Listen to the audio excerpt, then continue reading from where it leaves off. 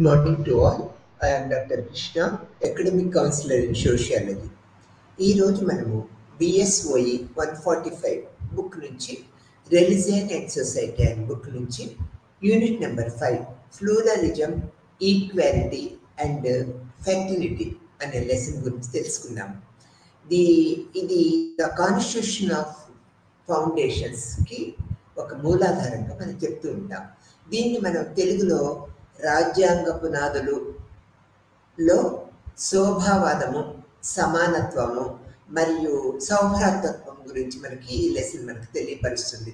దీనివల్ల మనకి రాజ్యాంగ పునాదులలో ఈ యొక్క శోభావాదము, సమానత్వము మరియు సౌభ్రాతత్వము అనేది ఏ విధంగా పనిచేస్తున్నాయి అనేది మనం ఈ లెసన్ ద్వారా కూలంకషంగా తెలుసుకుందాం అన్నమాట. ఆ తర్వాత ఈ యొక్క రాజ్యాంగ పునాదులలో అతి పురాతన కాలం నుంచి కూడా ఈ యొక్క పద్ధతులన్నీ కూడా వివిధ దేశాల్లో వివిధ పద్ధతుల్లో ఉన్నాయనేది మనము తెలుసుకున్న విషయమే.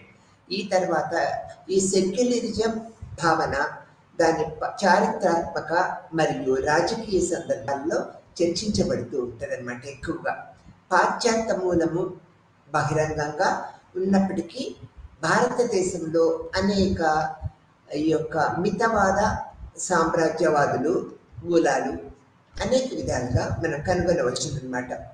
ఇప్పటికీ మతపరమైన నీతిలో పాతుకుపోయినప్పటికీ ఈ యొక్క నైతికత విశ్వము అన్ని మతపరమైన చర్చలకు దూరంగా ఉన్న పద్ధతి మనకు తెలిసిందే.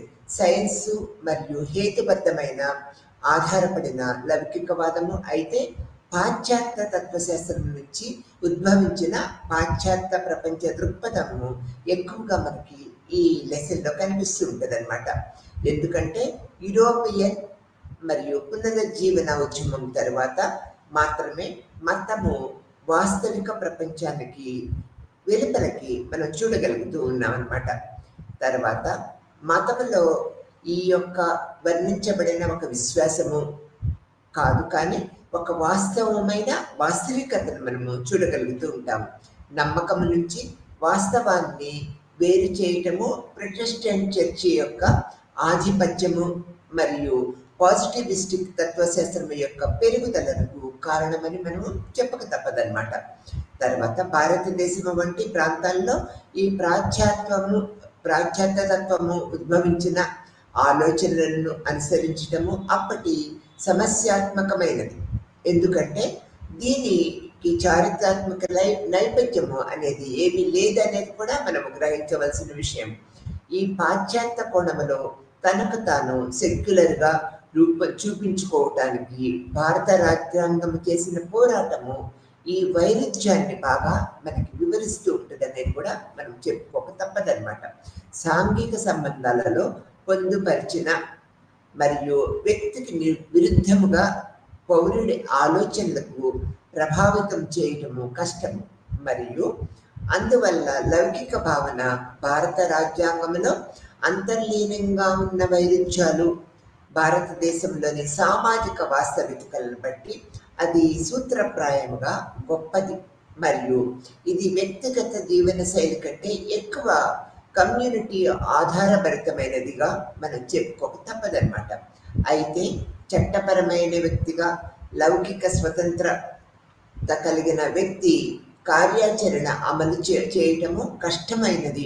తర్వాత ప్రస్తుత మహిళలు మాత్రమే విరుద్ధమైన మార్పులు కలిగిన వ్యక్తులుగా గుర్తించబడాలని పోరాడుతూ ఉంటారు. నిరంతరం ఈ తాత్విక చింతన పరులైన తత్వశాస్త్రులందరూ కూడా ఈ విధమైన పద్ధతుల్లో ఈ యొక్క రాజ్యాంగ పునాదుల్లో ఈ శోభావాదము మరియు సమానత్వము మరియు సౌభాతత్వము ఎలా ప్రభావితం అవుతుందో మనం ఇప్పుడు తెలుసుకుంటూ ఉంటాము. న్యూయార్క్లోని జూయిష్ మ్యూజియంలో ప్రపంచవ్యాప్తముగా యూదులు చారిత్రాత్మక హింసను చూపించే మ్యాప్ ఇప్పటికి కూడా ఆ లైబ్రరీలో ఉన్నదన్నమాట. ఇది వారి వలసల మార్గాలు, సమయము మరియు అటువంటి హింసల స్థలాన్ని సూచిస్తూ మనకు తెలియపరుస్తూ ఉంటుందన్నమాట.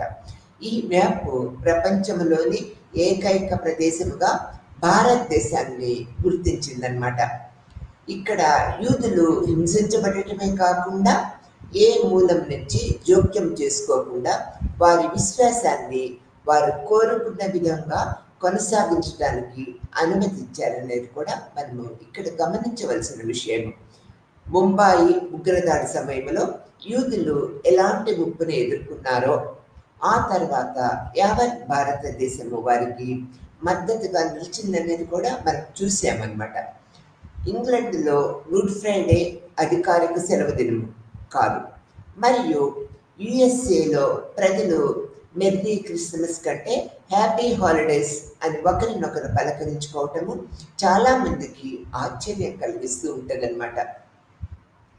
ఈ ఉదాహరణలు ప్రపంచంలోని వివిధ ప్రాంతాల లౌకికవాదము యొక్క రాజకీయ అర్థాన్ని ఎలా వివరిస్తున్నాయో మనకి తెలియజేస్తూ ఉంటాయి.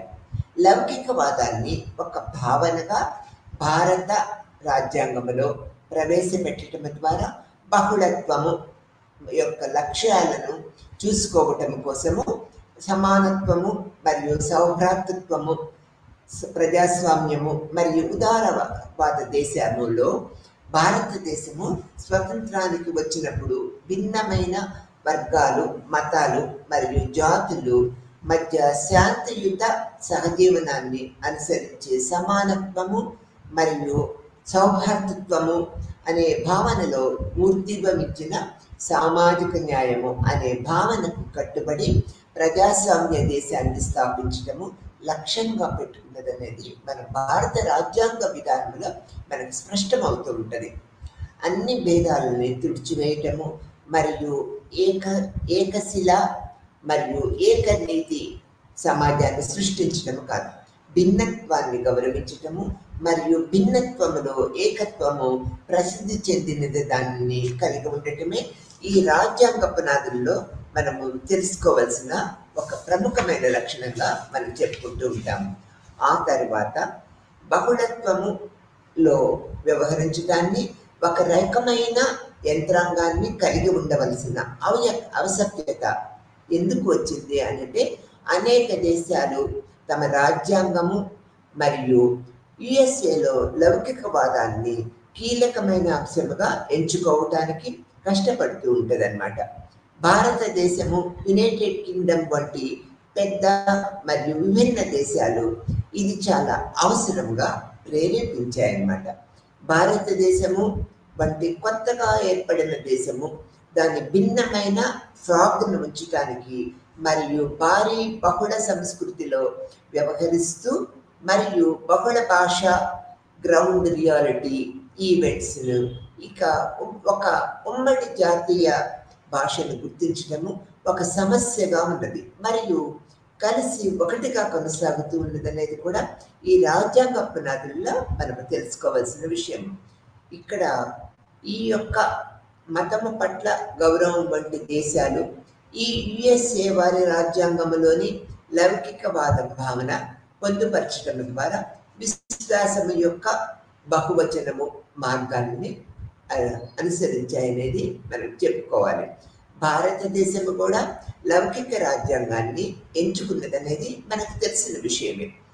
అప్పుడు యూకే మరియు వారి ఆధారంగా ఈ యొక్క జీవన విధానాల వైవిధ్యాన్ని జాగ్రత్తగా చూసుకోవాలి. పాశ్చాత్య దేశాలతో అధికారంలో ఉన్నప్పటికీ ప్రతి ఒక్కరికి వారి విశ్వాసాన్ని అనుసరించే స్వేచ్ఛను తప్పనిసరిగా ప్రతి ఒక్క దేశ ప్రజలు కలిగి ఉంటారన్నమాట. పబ్లిక్ రంగంలో ఆంక్షలు ఉంటూ ఉంటాయి. తర్వాత ప్రత్యేకించి వారు బహిరంగంగా తలపై కండువ ధరించే వ్యవస్థపై సాధారణ నిషేధం కూడా ఉంటూ ఉంటుంది. ఉదాహరణకు తీసుకున్నట్లయితే ఫ్రాన్స్లో ఈ యొక్క మతానికి సంబంధించిన స్త్రీలపై ఆధిపత్యాన్ని విరుద్ధముగా ఉండే మరియు ఆ దేశంలోని ప్రజల నైతిక మరియు విలువ ఇతర చిహ్నాలను చాలా ప్రముఖంగా ప్రదర్శించడం అనేది ఆ దేశాలలో నిషేధానికి గురైనాయి అన్నమాట. అందువలన యూకే మరియు యుఎస్ఏ మరియు ప్రపంచంలోని ఇతర ప్రాంతాలలో కార్యాలయాలపై చాలా బహిరంగ ప్రదేశం నుంచి ఎలా దూరంగా ఉంచాలో పాఠశాలలు మరియు క్రైస్తవేతరులు నియంత్రణ ఉంటూ ఉంటుందన్నమాట. అప్పటి పరిస్థితుల్లో యుఎస్ఏలో క్రిస్టియన్లు కూడా సెలవులు అని పిలుస్తూ ఉంటారు, క్రిస్టమస్ను కూడా. తద్వారా మతాన్ని, ప్రభుత్వ భావాలను కించపరచడం కాదు కదా. నిర్దిష్ట మతము పైన స్వలాభాలు తప్ప పాఠశాలలు మరియు బహిరంగ ప్రదేశాలలో ఏ మతం యొక్క బోధన ఉండకూడదు, లేదు అనేది కూడా మనకు తెలిసిన విషయం. ఎటువంటి మతపరమైన చిహ్నాలను తీసుకువెళ్ళవద్దు అనేది కూడా ఒక ప్రత్యేకమైన రూల్స్ ఉన్నాయన్నమాట. ఉదాహరణకు తీసుకున్నట్లయితే ఫ్రాన్స్ ఒక వ్యక్తిపై ఏదైనా మతపరమైన చిహ్నాన్ని ధరించడాన్ని నిషేధించింది. ఇక్కడ ఫ్రాన్స్ గవర్నమెంట్ ఒక వ్యక్తిపై ఏ విధమైన మతపరమైన చిహ్నాన్ని ధరించడాన్ని నిషేధించిందనమాట. భారతదేశంలో ఇదే మార్గాన్ని అనుసరించబడింది. ప్రభుత్వ సెలవులు మరియు వేడుకల రూపంలో మతానికి తగిన విధంగా అన్ని విశ్వాసాలను కలుపుకోవటము, బహిరంగ మతపరమైన చిహ్నాలను ఉపయోగించడంపై కూడా ఎటువంటి అడ్డంకులు మన దేశంలో లేవన్నమాట. భారతదేశంలో ప్రజలు తమ నమ్మకాలు లేదా నమ్మకాల కారణంగా చాలా అరుదుగా హింసించబడే సమాన సంప్రదాయాల ద్వారా అది సాధ్యమవుతున్నది అనేది మనం గుర్తుపెట్టుకోవాల్సిన విషయం. అందువలన లౌకికీకరణ, బహువచనము మరియు సమానత్వము వంటి అంశాలకు సంపూర్ణ పరంగా అర్థం చేసుకున్నట్లుగా మనకి అన్ని విధాల సృష్టమవుతూ ఉంటుంది. అయితే సందర్భానుసారంగా ఈ పదాల యొక్క సందర్భానుసార అవగాహనను ప్రత్యేకంగా పాశ్చాత్య మరియు పాశ్చాత్యేతర అవగాహనను గుప్తంగా మనం తెలుసుకోవాల్సిన అవసరము ఎంతో ఉన్నదన్నమాట.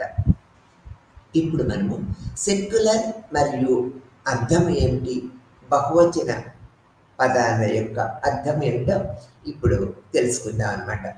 మతము అనే పదము లాంటి సెక్యులరిజము అనే పదానికి పాశ్చాత్య మూలము ఉన్నది. ఈ యొక్క మతము అనే పదము లాగానే సెక్యులరిజం అనే పదానికి పాశ్చాత్య మూలము ఏర్పరచబడి ఉన్నదనేది మనం గమనించాలి. ప్రపంచంలోని చాలా ఇతర సంస్కృతుల జీవితంలోని ఇతర అంశాల నుంచి నేరుగా ఉన్న మతము వంటి భావనను కలిగి లేదు. ఉదాహరణగా తీసుకున్నట్లయితే ధర్మ అనే సంస్కృత పదానికి క్రైస్తవుడు అతనికి కానీ ఆమె మతాన్ని సూచించే విధముగా మతం అనే అర్థం కాదు. ఇది చాలా వరకు ఒక వ్యక్తికి, మానవునికి లేదా మానవేతర వ్యక్తికి తగిన జీవన విధానానికి సంబంధించిన ప్రవర్తనా నియమావళి అని ఒక అర్థం అన్నమాట ఈ ధర్మం అంటే. ఉదాహరణకు తీసుకున్నట్లయితే జపాన్ను వివరించేటప్పుడు ఎల్లర్ అనే తత్వవేత్త ఈ యొక్క జపానీయులను నోరు మతము లేదని మరియు మతానికి ఒక మత సిద్ధాంతము లేదా వ్యవస్థీకృతముగా భావించడం లేదని ఎల్లర్ అనే తాత్విక చింతనాపరుడు మనకు తెలియపరిచారు. హిందువుల మాదిరిగానే జపానీయులు కూడా అసంఖ్యాకమైన దేవతలను కలిగి ఉన్నారు మరియు హిందూ దేవతలు మరియు చిహ్నాలు ప్రముఖముగా ప్రదర్శించబడుతూ ఉంటాయి. బుద్ధుని చిత్రాలతో పాటు జపానీయులు ఆలయంలో షింటోయిజం యొక్క అనుచరులు కొన్ని జీవులకు పవిత్రమైన అధికారాలు కలిగి ఉంటాయని నమ్ముతూ ఉంటారన్నమాట. మరియు అవి పబ్లిక్ రంగము నుంచి మరియు ఎక్కడి నుంచి అయినా వస్తూ ఉంటాయనేది కూడా గమనించవలసిన విషయం. భారతదేశం వంటి దేశాలలో మతము లేదా ఆచారాలు మరియు వ్యాపార సంస్థలు కీలక పాత్ర పోషిస్తూ ఉంటాయన్నమాట. చాలా ఆచారాలు ఎక్కడైనా సమాజానికి మరియు రాజకీయాలను కలిగి ఉంటూ ఉంటాయనేది మనకందరికీ తెలిసిన విషయమే. తమకు తాముగా ప్రచారం పొందేందుకు పబ్లిక్ మతపరమైన కార్యకలాపాలను స్పాన్సర్ చేయటం వంటి ఆర్థిక స్వభావము కలిగి ఉంటాయి. ఉదాహరణకు తీసుకున్నట్లయితే భారతీయ రాజకీయాలలో సాంఘీకరణ యొక్క ఇఫ్తార్, సాంఘీకరణ అంటే ఒక ఇఫ్తార్ విందులో రంజాన్ సందర్భముగా ఉపవాసము విరమణ చేయటం అన్నమాట. పార్టీలకు విశిష్టం అంటే ఒక క్లిష్టమైన రాజకీయ సంఘటనగా పరిగణించబడుతుంది. ఒక ఇఫ్తార్ ప్రక్రియ అనే పద్ధతి. ఈ ఇఫ్తారు ఈ యొక్క పద్ధతిలో అన్ని రకాల మతాలు, అన్ని రకాల కులాల వాళ్ళు పాల్గొని ఒక సంఘీభావాన్ని ఒక ముస్లిం మతస్థులకి తెలియపరుస్తూ ఉంటారు. ఇది ఒక సోదర భావన రాజ్యాంగ పునాదుల్లో ఒక ప్రముఖమైన బాధ్యతని కలిగి ఉంటుంది అనేది మనం చెప్పుకోవచ్చు. ఆ తర్వాత యుఎస్ పెద్ద క్రిస్టమస్ ట్రీలు లేదా షాప్ విండో డిస్ప్లేలు వివిధ కార్పొరేట్ ఏజెన్సీలచే స్పాన్సర్ చేయబడవచ్చు. ఇది ఒక ప్రక్రియ పద్ధతిలో ఒక భాగంగా మనం చెప్తూ ఉంటాం. కానీ రాజకీయ ప్రముఖులు ఎటువంటి మతపరమైన సంఘాలకు దూరంగా ఉంటూ ఉంటారు. ఎందుకంటే ఒక సంఘాలలో ఒక మతపరమైన పద్ధతుల్లో పాల్గొంటే వీళ్ళని ఆ ముద్ర వేస్తూ ఉంటాం మనం ఎక్కువగా. కాబట్టి రాజకీయ నాయకులు మతపరమైన సమూహానికి వీళ్ళనంత దూరంగా ఉంటూ ఉంటారు. ఇక్కడ మరొక వైపు భారతదేశంలో అన్ని రాజకీయ పార్టీలు మరియు రాజకీయ ఏజెంట్లు అలాగే ప్రజల దృష్టిలో ఉన్న చాలా మంది వ్యక్తులు వారు ఏ మతానికి చెందిన వారైనా అన్ని ప్రముఖమైన పునఃస్థాపనలను మరియు సందర్భాలలో శుభాకాంక్షలను పంపుతూ ఉంటారు. ఇక్కడ చూడండి, రాజకీయ నాయకులు ఎటువంటి మతపరమైన సమూహాలకు దూరంగా ఉంటారని చెప్పుకున్నాం. కానీ ప్రముఖమైన పండుగలకు ఈ రాజకీయ నాయకులందరూ ఆ మతానికి చెందిన ప్రజలకి శుభాకాంక్షలు చెప్తూ ఉంటారు. ఫర్ ఎగ్జాంపుల్గా మనం తీసుకున్నట్లయితే రాష్ట్రపతి, ప్రధాని, గవర్నర్, ముఖ్యమంత్రులు అందరూ కూడా ఒక ప్రముఖమైన స్వాతంత్ర దినం, సంక్రాంతి, దీపావళి, న్యూ ఇయర్ లేకపోతే ఉగాది ఇటువంటి పర్వదినాలు వచ్చినప్పుడు వాళ్ళు ఆ సమూహంలోని ప్రజలందరికీ శుభాకాంక్షలు తెలియజేయటం అనేది సర్వసాధారణ విషయంగా మనం చెప్పుకుంటూ ఉంటాం. తర్వాత యుఎస్ఏ వంటి దేశాలలో క్రిస్మస్ లేదా ఇతర మతపరమైన సందర్భాలను సంబంధించి బహిరంగ సందేశాలు దూరంగా ఉంటూ ఉంటాయి. ఇవన్నీ కూడా ఈ యొక్క థ్యాంక్స్ గివింగ్ వంటి సెమీ మతపరమైన లేదా సెమీ సెక్యులర్ సాంఘిక కార్యకలాపాలకు ఒక పద్ధతి మరియు ప్రముఖమైన పబ్లిక్ ఈవెంట్గా జరుపుకుంటూ ఉంటారు ప్రజలందరూ కూడా. ఇందులో దేశాధ్యక్షుడు సింబాలిక్ పాత్రను పోషిస్తూ ఉంటాడు. ఇటువంటి మతపరమైన పద్ధతుల్లో దేశాధ్యక్షుడు సింబాలిక్ పాత్రను పోషిస్తూ ఉంటారు. అందువల్ల లౌకికవాదం వంటి భావనకు సాంస్కృతిక సూత్రాలు మరియు అర్థాలు ఎక్కువగా ఉంటూ ఉంటాయన్నమాట. మరియు వేర్వేరు వ్యక్తులకు వేర్వేరు విషయాలను సృష్టించే అవకాశం కూడా ఇందులో ఉంటూ ఉంటుంది. ఇందులో ఈ యొక్క మతపరమైన విషయాలకి, మతపరమైన పద్ధతులకి ఎన్నో రకాలైన యొక్క మతపరమైన అవగాహన పద్ధతులు అన్ని దేశాలలో ఉంటాయి. అందుకని ఇక్కడ ఈ పద్ధతుల్లో ఈ యొక్క మతానికి ఎంతో ప్రముఖ పాత్ర వహిస్తుందని చెప్తూ ఉంటాం. మతాన్ని ఇంతకుముందు కూడా మనం చెప్పుకున్నాము.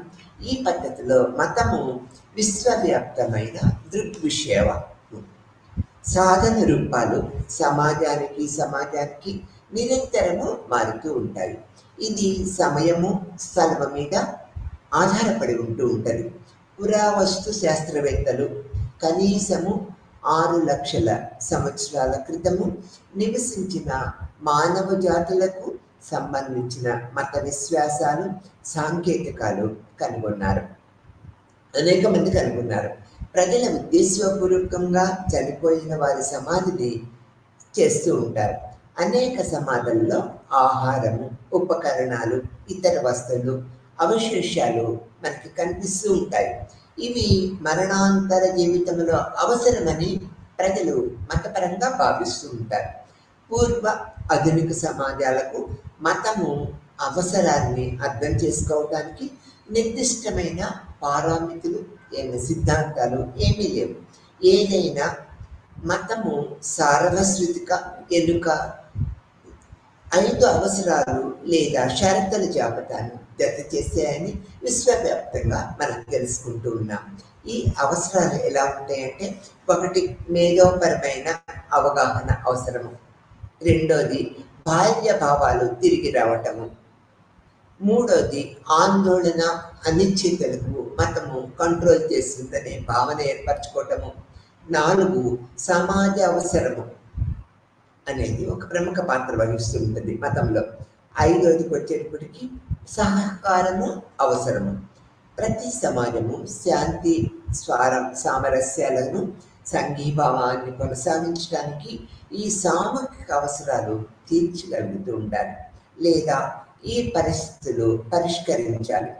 భారతదేశము ఇతర ప్రాంతాల గిరిజన సమాజాలు మతము పేర్కొనబడిన విశ్వాసాల వైవిధ్యాన్ని ఆచరిస్తూ ఉంటాయి. కానీ వాటిని గిరిజన సమాజాలు మతపరమైన పద్ధతులుగా గుర్తించవన్నమాట. వారు వాటిని సాంప్రదాయ నమ్మక వ్యవస్థలుగా పేర్కొంటూ ఉంటారు. అంటే ఈ మతపరమైన పద్ధతుల ద్వారా ఈ యొక్క సిద్ధాంతాలు అనేక రకంగా ఉంటాయి.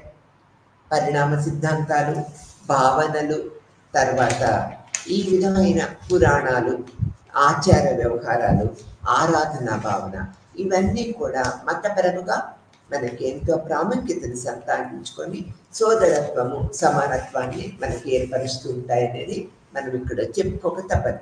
ఆ తర్వాత పాశ్చాత్య ఆలోచన విధానంలో లౌకికవాదము ఎక్కువగా మతపరమైన స్వభావాన్ని, దృక్కోణాన్ని పరిగణించబడుతూ ఉంటుంది అన్నమాట.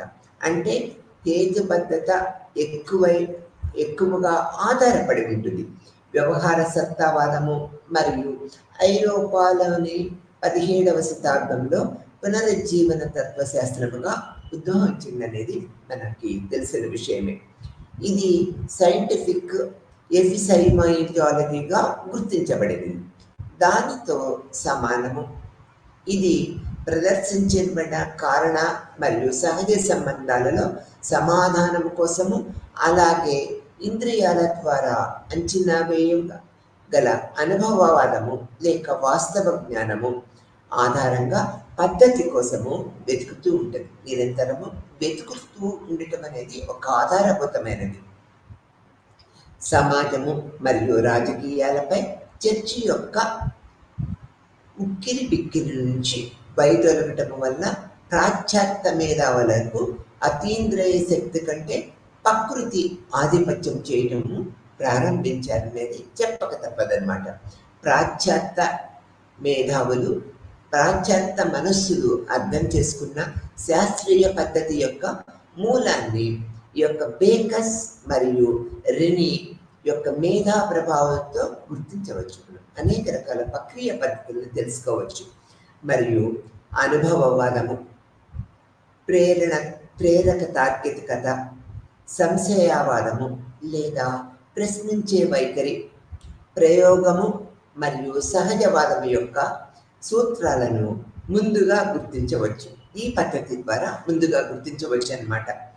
ప్రకృతి దానికి స్వంత సూత్రాల ద్వారా తనంతట తానుగా పనిచేస్తుందని మరియు దాని అంతర్గత తర్కము ఉందని శాస్త్రవేత్తలు, ఈ తర్క శాస్త్రవేత్తలు నిరంతరంగా నమ్ముతూ ఉంటారు. అందువల్ల అనుభావిక పరిశీలన, ప్రయోగాలు మరియు తార్కికము ద్వారా వాస్తవికత, ఇది ప్రదర్శన లేదా ఇది నిరూపించడం పద్ధతులు అన్నమాట. డేటా పండితుల యొక్క దృగ్విషయము యొక్క నిజమైన కారణాన్ని మనము పొందగలుగుతూ ఉంటాం అన్నమాట. అది వాటిని ఏదైనా అతీంద్రియ ఏజెన్సీ చే కానీ ప్రకృతి నియమాలచే నియంత్రబడ్డ డేటాగా మనకి చూపుతూ ఉంటుంది అనేది మనము ఇక్కడ తెలుసుకోవాల్సిన విషయం. ఏది ఏమైనప్పటికీ సహజ లేదా శాస్త్రీయ వివరణ మరియు మతము మధ్య విభేదము ముఖ్యంగా క్రైస్తవ మతము మరియు జూడియో క్రైస్తవ మతాలకు చాలా తీవ్రంగా ఉన్నదనేది మనము గ్రహిస్తూ ఉండాలి. ఎందుకంటే అవి ఆది కాండము యొక్క బాగా రూపొందించిన కథను కలిగి ఉన్నాయనేది కూడా మనము పునరాలోచన చేసుకుంటూ ఉండాలి. మరియు సహజ ప్రపంచంలో సృష్టి మరియు మానవుల స్థానాన్ని కూడా ఇవి ఎంతో విపులీకరించాయి. చర్చి మరియు కోపర్నికస్ మరియు గెలీలియో వంటి క్రైస్తవ ప్రపంచ దృక్పథాన్ని వ్యతిరేకించిన శాస్త్రవేత్తల మధ్య ప్రత్యక్ష ఘర్షణ అనేది అనేక కోణాలలో జరిగిందనేది మనకు తెలిసిన విషయమే. లేదా తద్వారా శాస్త్రీయ పద్ధతి చాలా మంది వ్యక్తులకు హేతుబద్ధంగా మరియు తార్కికంగా కనిపించినప్పుడు మతపరమైన లేదా లౌకిక స్వభావంతో దాని ముందుకు తీసుకురావటం తప్ప ప్రత్యామ్నాయము ఏది లేదని కూడా మనం ఇక్కడ గ్రహించవలసిన విషయం. ఆ తర్వాత పునరుజ్జీవనోద్యమములో మేధావులు బహిరంగంగా మతము లేనివారు కాదు మరియు మతాన్ని సైన్స్తో పునరుద్ధరించడానికి అనేక రకాల ప్రయత్నాలు ఆ కాలంలో జరిగాయనేది చెప్పక తప్పదన్నమాట. ఇంకా సైన్స్ యొక్క పరికల్పన లేదా సిద్ధాంతాలు ఎక్కువగా మతపరమైన సిద్ధాంతాలకు విరుద్ధంగా మనకి కనిపిస్తూ ఉంటాయి. కన్సర్వేటివ్ క్రిస్టియానిటీ మరియు క్యాథలిక్ చర్చి సైన్స్తో సమస్యాత్మక సంబంధంలో ఇప్పటి వరకు ఉన్నాయనేది కూడా మనము గ్రహించవలసిన విషయం. యుఎస్ఏలో బైబిల్ బెల్ట్ అని పిలువబడేది. నేటికి పాఠశాలలలో సైన్స్ అధ్యయనానికి వ్యతిరేకంగా దాని న్యాయవాదులను కలిగి ఉంటుంది అనేది కూడా మనం ఇక్కడ గుర్తుపెట్టుకోవాల్సిన విషయంగా చెప్పుకుంటున్నాము. చరిత్రాత్మకంగా వాటికన్ నుంచి 8వ హెన్రీని విడిచిపెట్టడము మరియు చర్చ్ ఆఫ్ ఇంగ్లాండ్ను ప్రత్యేక సంస్థగా ఏర్పాటు చేయటము ఇంగ్లాండ్లో లౌకిక సమాజం యొక్క పెరుగుదలకు ఇది ఎంతో దోహదం చేసింది, ప్రేరేపించింది అనేది కూడా చెప్పుకోవచ్చు అన్నమాట. మరియు చివరకు ఒక ఆంగ్లేయుడు పరిణామ సిద్ధాంతాన్ని రూపొందించడానికి ఇది దారితీసిందనేది కూడా మనం తెలుసుకోవాల్సిన విషయం. శాస్త్రవేత్త మరియు సాధారణ ప్రజలచే దాన్ని విస్తృత ఆమోదానికి కూడా ఎల్లెన్ అనే మహాశయుడు ఆంగ్ల భాష కొత్త సామాజిక వైఖరులు మరియు సాధారణ ప్రజల దృష్టి కోణం యొక్క పరివర్తనలను వివరించే కొత్త పదాల యొక్క మొత్తం శ్రేణిని పొందిందని ఈ ఎల్లెన్ అనే తాత్విక చింతనాపరుడు మనకు తెలియపరిచారు. ఇతర సంస్కృతుల వలె మతానికి ప్రత్యేకత పదం అనేది ఏది లేదనేది కూడా ఎల్లెన్ అనే యొక్క తాత్విక చింతనాపరుడు పరిశోధనా పద్ధతుల్లో తెలియపరిచారు. ఇక్కడ ప్రతిదీ దేవుని సృష్టి అని మనం నమ్ముతూ ఉంటాం, ప్రజలందరం నమ్ముతూ ఉంటాం. కానీ పవిత్రమైన ఆ మరియు అపవిత్రము అనే విభజనతో మతము ఒక పదముగా భావనగా మారింది. అలానే ప్రస్తుత క్రైస్తవ మతము కూడా సంశయవాద హేతువాదము ఒక గుర్తింపు కూడా కేవలము జీవన విధానానికి లేదా ఇచ్చిన సత్యానికి దూరముగా మరియు నాస్తికుడు వంటి కొత్తగా ఉద్భవించిన దృక్కోణాలను వివరించింది అనేది మనము చెప్పక తప్పదు ఇటువంటి పరిస్థితుల్లో. తర్వాత ఆ విధముగా ఈ యొక్క ఉంటుందని తర్వాత ఈ సూచించబడినట్లుగా పశ్చిమ భావనలు ఉద్భవించాయి. అనేక రకమైన నూతన భావనలు ఈ తాత్విక చింతన పద్ధతుల్లో హేతు పద్ధతిలో అనేక పద్ధతులు ఉద్భవించాయి అనేది మనము చెప్పుకోవాల్సిన విషయం అన్నమాట. అంతకు ముందు కాలంలో ప్రజలు తమకు తాము మతాన్ని కలిగి ఉన్నారని లేదా చెందిన వారు మాత్రమే అనే భావన ఏర్పడింది. ఎందుకంటే చాలా మంది ప్రజలు తమ జీవన విధానాన్ని సాపేక్షకంగా అని చాలా అరుదుగా భావిస్తూ ఉండేవారు. ఇది వారి అంగీకారం ద్వారా జరిగిందనేది మనం చెప్పుకోవాలి. ప్రపంచ దృక్పథము ఒక వాస్తవ సత్యముగా, మతము అనేది ఒక వాస్తవిక అర్థం చేసుకోబడినప్పుడు ఓదార్పుగా కొనసాగిస్తూ ఉంటారు, ప్రత్యామ్నాయాన్ని సాధిస్తూ ఉంటారనేది ఈ యొక్క తాత్విక చింతన హేతుబద్ధత ద్వారా మనం తెలుసుకోవాల్సిన విషయం. మళ్ళీ అన్ని మతాలు సైన్స్ ద్వారా తిరస్కరించబడిన స్పష్టమైన సిద్ధాంతాన్ని కలిగి ఉండవు. ఈ యొక్క అన్ని మతాలు సైన్స్ ద్వారా తిరస్కరించబడిన లేపమైన స్పష్టమైన అభిప్రాయాన్ని కలిగి ఉండవన్నమాట. ఐరోపాలో క్రైస్తవ పూర్వయుగము గ్రీకు తత్వవేత్తల నాయకత్వంలో మతరహిత తత్వాలు అభివృద్ధి చెందాయి. వాస్తవానికి ఎల్లర్ అనే తాత్విక చింతనాపరులు ఎత్తి చూపినట్లుగా సందేహము మరియు సంశయవాదము ఏదైనా సిద్ధాంతపరమైన మతము ఆవిర్భావానికి ముందు వెనుకకు వెళ్ళే ఆలోచన విధానాలు మరియు చెడు యొక్క స్వభావాన్ని ప్రతిబింబిస్తూ ఉంటుంది అనే దృక్పథం నుంచి మరియు ఆరిజిన్ వంటి అనేక మంది పండితులు స్థాపించబడిన మతము మరియు నమ్మకాలని అనేక విధాల ప్రశ్నిస్తూ ఉన్నారనేది మనకు తెలిసిన విషయమే. వాస్తవానికి తాత్విక పాఠశాలలు ప్రతిబింబించడానికి మరియు ప్రశ్నించడానికి స్థాపించబడ్డాయనేది కూడా మనము ఇక్కడ గ్రహించవలసిన విషయం. మరియు ఇచ్చిన వాటిని గుడ్డిగా విధేయతతో వెళ్ళవన్నమాట. మనం ఇచ్చినవి గుడ్డిగా విధేయతతో వెళ్ళము.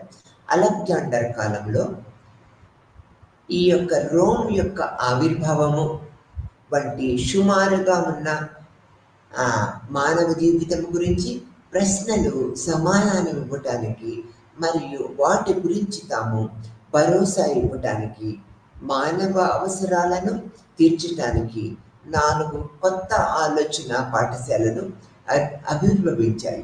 ఆ కాలంలో జీవితము మరియు సృష్టి అనే స్థాయి నిజము, ఈ యొక్క ఎపిక్యూరినిజము మరియు ఈ యొక్క సృష్టిజము, వాటి ఒక్కొక్కటిని పరిశీలిద్దాం మరియు వాటి అర్థం ఏంటో కూడా మనం ఇప్పుడు తెలుసుకుందాం అన్నమాట.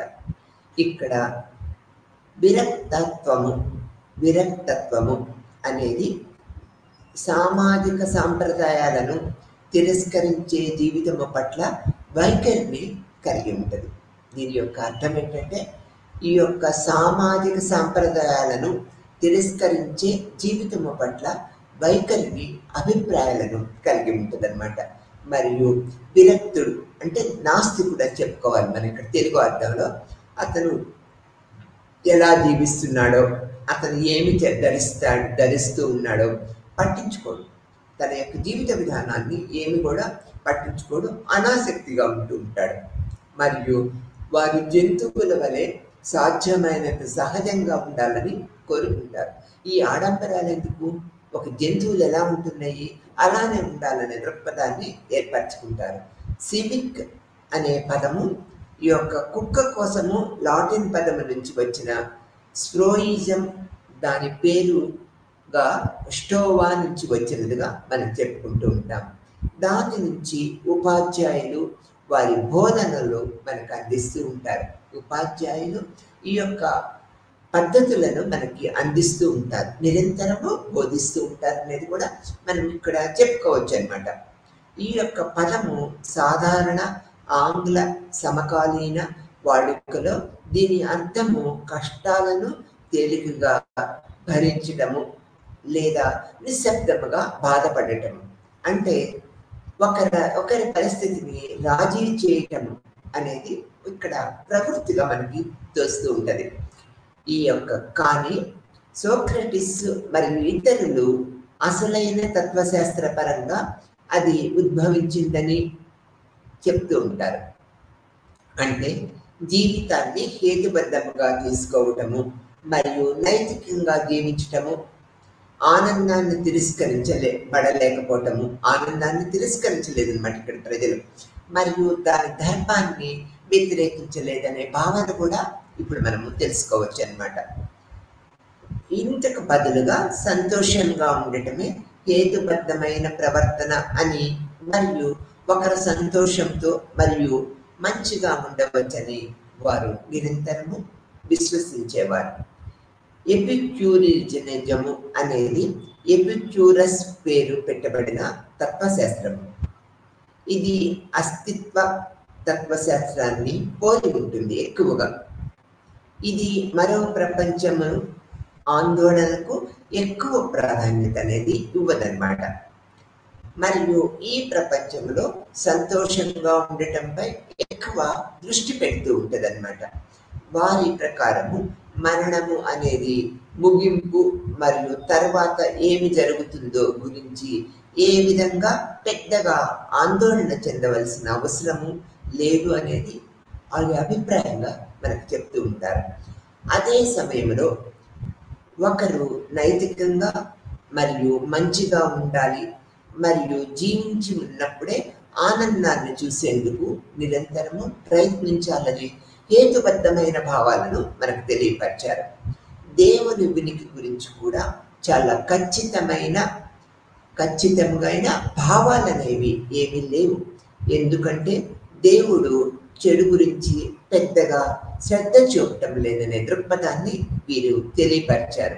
సాధారణ ఆంగ్ల వాడుకలో కొన్ని పదాలు హెడోనిస్టిక్ జీవన శైలిని ఉపయోగించబడుతూ ఉంటుందనేది మనం ఇక్కడ గ్రహించవలసిన విషయం. అయితే ఈ తత్వశాస్త్రము యొక్క ప్రచారకర్త దాన్ని ఎలా ఉద్దేశించాలా, ఇక్కడ ఎలా ఉద్దేశించలేదు అనేది మనకి తెలిసిన విషయమే. ఇక్కడ స్కెప్టినిజం అనేది కూడా ఫైరో మరియు కార్గిడెస్ అనే తత్వశాస్త్రాల చేత స్థాపించబడిన ఆలోచనల పాఠశాల స్కూల్ ఆఫ్ ఫిలాసఫీ జీవితము పట్ల మరింత సాధారణ వైఖరిని తీసుకోవాలని విశ్వసిస్తూ ఉంటుందన్నమాట. ఏదైనా సత్య స్థితి గురించి ఎప్పుడైనా ఖచ్చితంగా తెలియజేసినందున విషయాలను చాలా తీవ్రంగా తీసుకోవటము మంచిది కాదని ఇది పరిపూర్ణంగా నమ్ముతూ ఉంటుంది. చాలా బలమైన నమ్మకాలు, విలువలు మరియు తీర్పులను కలిగి ఉండటం ద్వారా ఈ ప్రపంచంలో సంతోషముగా ఉండాలనే ఆలోచనని కోల్పోతూ ఉంటారు. ఎందుకంటే వీటిలో ఏది దీర్ఘకాలిక పరిశీలనకు నిలబడజాలవు అన్నమాట. మరియు ఎవ్వరూ ఖచ్చితంగా చెప్పలేము ఇది ఇలా ఉంటుంది, ఇది ఇలా ఉంటుంది అనేది మనము తెలియపరచలేము. ఇక్కడ ఐ జడ్జిమెంట్ సస్పెండ్ చేసి వచ్చిన క్షణంలో జీవించడము చాలా మంచిది. ఇది సాధారణముగా ప్రశ్నించే మరియు క్లిష్టమైన మానవ స్థితిని కలిగిన వారితో ముడిపడి ఉంటుంది. ముఖ విలువలతో దేనిని అంగీకరించకపోవటము తరచూ సంశయవాది పాత్రగా మనకి నిరంతరము ఆ విధంగానే సంశయవాది పాత్రగా మనకి నిరంతరము కనిపిస్తుందనే దృక్పథాన్ని ఇది మనకు చెప్తూ ఉంటుంది. ఆ తర్వాత పాశ్చాత్య ప్రపంచంలో గుడ్డి విశ్వాసము మరియు తరచుగా మతముతో ముడిపడి ఉన్న తీర్పును నిలిపివేయటము వంటి అనేక ఆలోచన విధానాలు ఎన్నో ఉన్నాయనేది కూడా మనకు తెలిసిన విషయమే. వీటిలో చాలా వరకు ప్రపంచంలో చెడు ఉనికి మరియు న్యాయము లేకపోవటం గురించి సమర్థిస్తూ ఉంటాయి. ఎక్కువగా చెడు ఉనికి లేదా న్యాయం లేకపోవటం అనేది మనకి సమర్థిస్తూ ఉంటాయి. మరియు నాణ్యమైన దేవుడు అలాంటి వాటిని ఎలా అనుమతించగలడనేది కూడా ప్రశ్నిస్తూ ఉంటాయి. ప్రజలు తరచుగా బాధలను ఎదుర్కొనే విశ్వాసాన్ని కోల్పోతూ ఉంటారు మరియు వారు అన్యాయము మరియు చెడుగా భావిస్తూ ఉంటారు. ఆ ప్రక్రియ పద్ధతిని చెడుగా తర్వాత అన్యాయంగా భావిస్తూ ఉంటారు. రూట్ అనే తాత్విక చింతనాపరుడు పురాతన గ్రీకులు అలాంటి ఆలోచన ప్రక్రియలో మునిగిపోలేదనేది మనకు తెలియపరిచారు. హిందూ మతము మరియు బౌద్ధ మతము వంటి జీవన విధానాలు తరచూ ఈ రకమైన ప్రశ్నించే వైఖరిని పెంపొందించాయనేది కూడా ఈ యొక్క రూట్ అనే తాత్విక చింతనాపరుడు మనకు తెలియపరిచారు. మరియు విమర్శనాత్మక మనస్సును ఆహ్వానించాయి. అనేక పాశ్చాత్యేతర తత్వాలు విమర్శలను మరియు సందేహాస్పద మనస్సును చురుకుగా ఆహ్వానించాయనే ప్రక్రియ పద్ధతిని మనం ఇక్కడ గుర్తించవలసిన విషయం. కానీ ఈ ప్రశ్నించే సిద్ధాంతాలలో చాలా వరకు గుర్తింపు పొందిన ఆలోచన విధానాలలో భాగంగా ఏర్పడిపోయి ఉన్నాయి. మరియు అవి కేవలము అనుగుణ్యత లేదా మతానికి వ్యతిరేకంగా ఉండవన్నమాట. హిందూ మతము మరియు పింటోయిజము నాన్ సిద్ధాంతమైన పరమైన జీవన విధానాలు మరియు మతము మరియు ఒక మతానికి విరుద్ధమైన మరొక మతము గురించి సంక్లిష్ట భావనలు కలిగి లేవు. ఈ యొక్క దైవ భావన అనేది కలిగి ఉంటుంది అన్నమాట. ఇది హిందూ భావనల్లో ఉన్న బ్రాహ్మణ భావనల్లో చాలా విస్తృతంగా ఉండవచ్చు. ఈ యొక్క స్వామి వివేకానంద చెప్పినట్లుగా అనేక సంస్కరణలో ప్రత్యేకించి వేదాంతము మరియు నియో హిందూ మతము వివిధ ఆలోచన విధానాల మధ్య ఎటువంటి ముఖ్యమైన తేడా లేదు అనేది కూడా మనం ఇక్కడ వివేకానందుడు చెప్పిన తాత్విక చింతన పద్ధతుల్లో గ్రహించవలసిన విషయం. ఎందుకంటే అన్ని మార్గాలు అంటే ఇక్కడ అన్ని మతాలు తప్పనిసరిగా ఒకే లక్ష్యానికి దారితీస్తూ ఉంటాయన్నమాట. బ్రహ్మము ఒక స్థితి లేదా నిర్వహించబడిన రుణాలను కలిగిన జీవి అనంతరము మరియు ఎప్పటికీ వర్తమానము వర్ణనలకు మించిన ఈ యొక్క జ్ఞానము వైపు సృష్టమైన సృహని కలిగి ఉంటారనేది కూడా ఈ తాత్విక చింతన పద్ధతుల్లో మనము తెలుసుకోవాల్సిన విషయం. ఆ తర్వాత హిందువులు ఆరాధించే అనేక దేవుళ్ళు కేవలము ఆరాధకులు తమ ఆరాధన వస్తువులో చూడాలనుకునే లక్షణాలపై దృష్టి పెట్టడానికి వీలుగా కల్పించే వ్యక్తీకరణలు ఇవి. ఈ పద్ధతులు వ్యక్తీకరణలు అన్నమాట. కాబట్టి ఏ దేవుడు లేదా ఆరాధనా విధానము ఆమోదయోగ్యము కాదు. విభిన్నమైనవి అంటే ఎవరికైనా వేరే మార్గము ఉన్నదని అర్థం కావచ్చు. అయినప్పటికీ నిజము. అందువల్ల మినహాయింపు మతాల భావన ఒక క్రియాత్మక బహుళ సమాజాల సెక్యులర్కు మతము లేదు అని నిర్వచించాల్సిన అవసరము ఎంతైనా ఉన్నది అనేది ఇక్కడ మనము గుర్తుపెట్టుకోవాల్సిన విషయం. మినహాయింపబడిన మతాలు మరియు మతము ఒక సరిహద్దు అస్తిత్వము అని గ్రహించని సంస్కృతులు అన్ని మతాల అభివృద్ధి చెందడానికి అనుమతించటం ద్వారా బహుళత్వానికి అనుగుణంగా ఉంటూ ఉంటాయి. ఈ బహుళత్వానికి అన్ని మతాల అభివృద్ధి చెందటానికి అనుమతించటం ద్వారా అన్ని మతాలు సమానము అనే భావన మనకి ప్రజలు సమూహంలోని ప్రజలు కలిగి ఉంటారనేది మనకి ఇక్కడ తెలిసిన విషయం. ఆ తర్వాత సమానత్వము, సోదర భావన. మరియు సోదర భావన అంటే అర్థము వృత్తిని మనం ఇప్పుడు తెలుసుకుంటాం.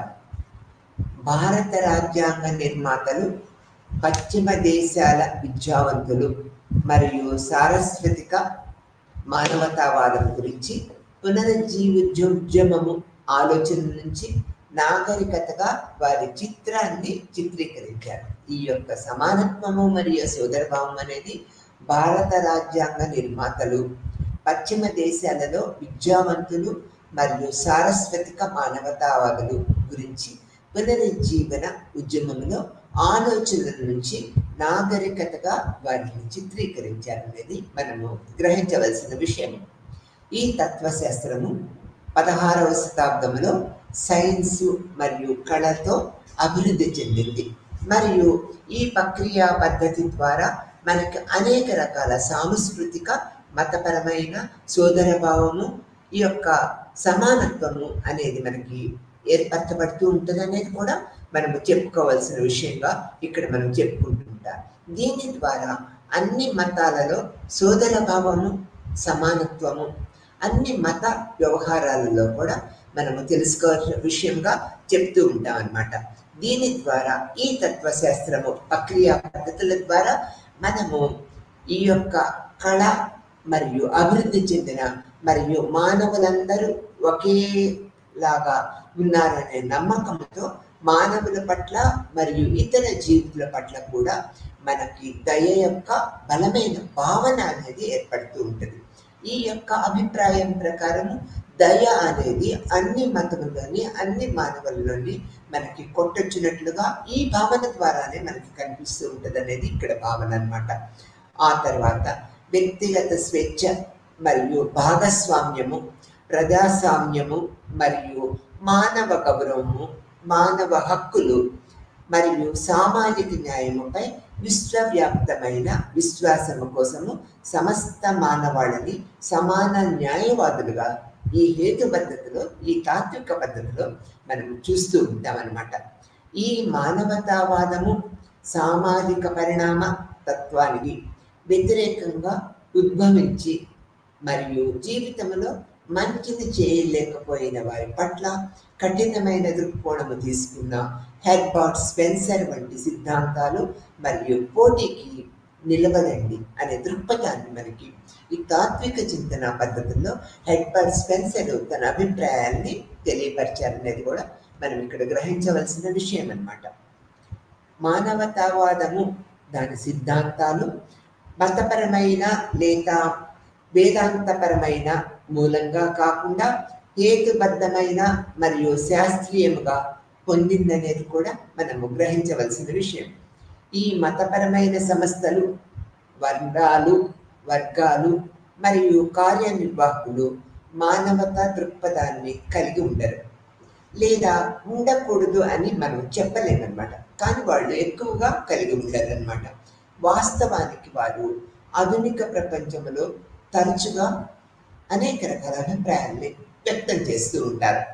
కానీ మానవతావాదులచే తిరస్కరించబడే మతపరమైన సంస్థలు మరియు సిద్ధాంతాలచే అనేక రకాల వివక్షలు మరియు సోపానుక్రమాలు ఉన్నాయి. ఉదాహరణకు తీసుకున్నట్లయితే భారత రాజ్యాంగ నిర్మాత డాక్టర్ బిఆర్ అంబేద్కర్ ఒక దళితుడు.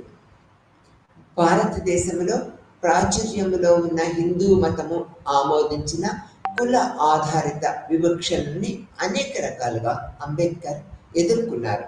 లూయిస్ డుమాంట్ వంటి కుల వ్యవస్థ యొక్క పండితుల ప్రకారము కుల సోపానుక్రమంలో ఈ యొక్క అత్యున్నతమైన గౌరవము, వివక్షణ అనేది ప్రముఖ పాత్ర వహించాయనేది ఈ డుమాంట్ తన యొక్క పరిశోధన పద్ధతుల్లో తెలియపరిచారు.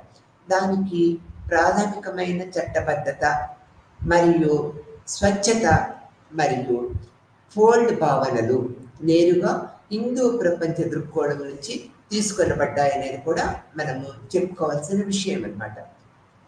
ఇక్కడ ఇది పాశ్చాత్య మానవతావాదము మరియు సామాజిక న్యాయ భావన ద్వారా ప్రేరణ పొందిన అంబేద్కర్ దృష్టి భారత రాజ్యాంగంలో సమానత్వము, సౌభాతృత్వము మరియు మరియు సామరస్యంతో కూడిన సూత్రాలపై అమెరికా నుంచి బహుళ సమాజాన్ని నిలబెట్టడానికి ఈ యొక్క ప్రక్రియ పద్ధతి ఎంతో దోహదం చేసిందిగా మనము చెప్పుకోవాల్సిన విషయం.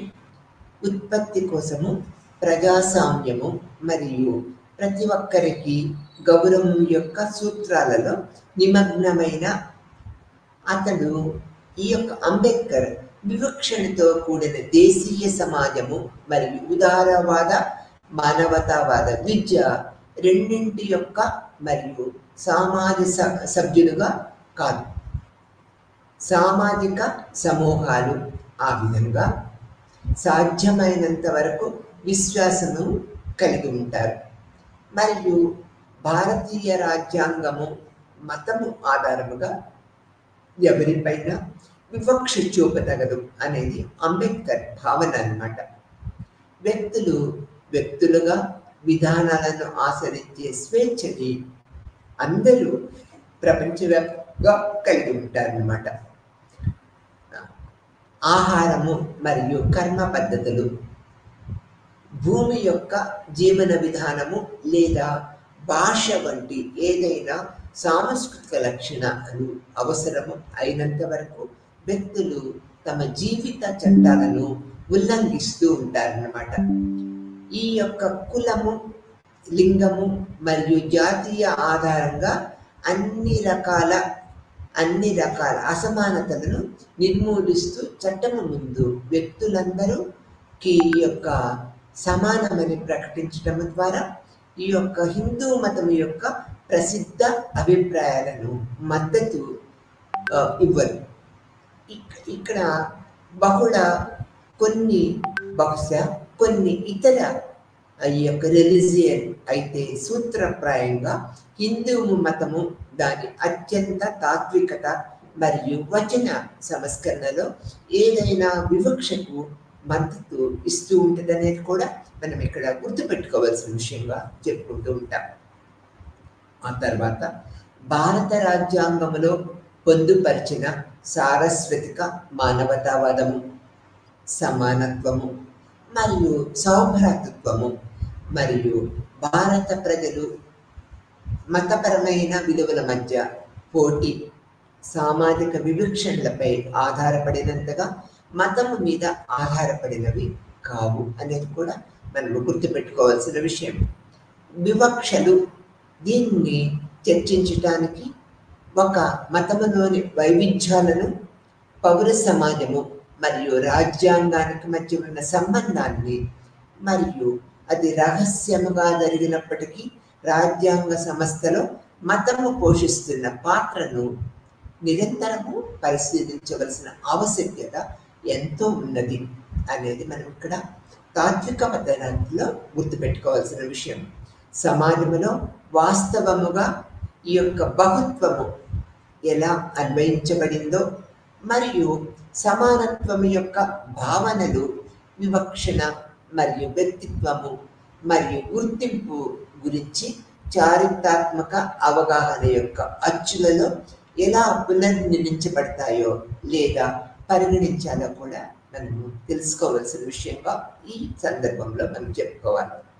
ఆ తర్వాత ఒక వ్యక్తి యొక్క భావన పాశ్చాత్య దేశాలలో సృష్టించబడిన శాస్త్రీయ హేతుబద్ధత యొక్క నిర్మాణము, రాజ్యాంగంలో ప్రాథమిక యూనిట్గా వ్యక్తిని చేర్చటము ఈ తత్వశాస్త్రం యొక్క ఉత్పన్నము.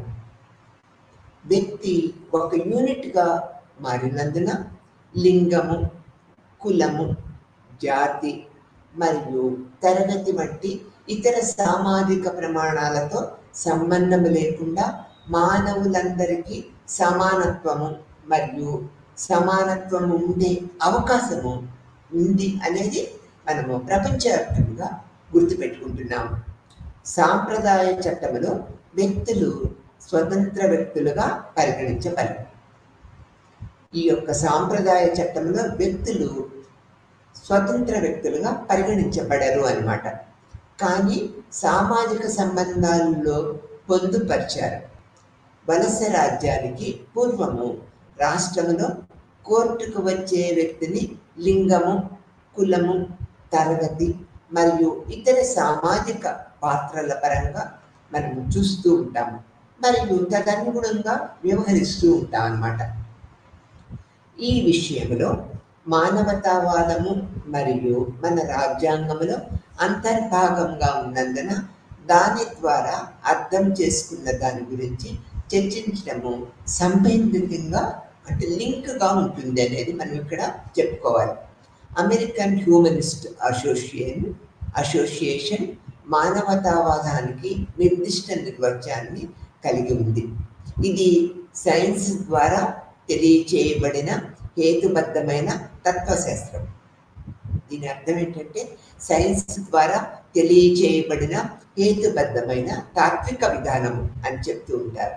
కళ ద్వారా ప్రేరణ పొందింది మరియు కరుణతో ప్రేరేపించబడింది అనేది కూడా మనం ఇది చెప్పుకోవచ్చు. ఇది ప్రతి వ్యక్తిని సమానంగా చూస్తూ ఉంటుంది మరియు మానవ గౌరవాన్ని పునరుద్ఘాటిస్తూ ఉంటుంది.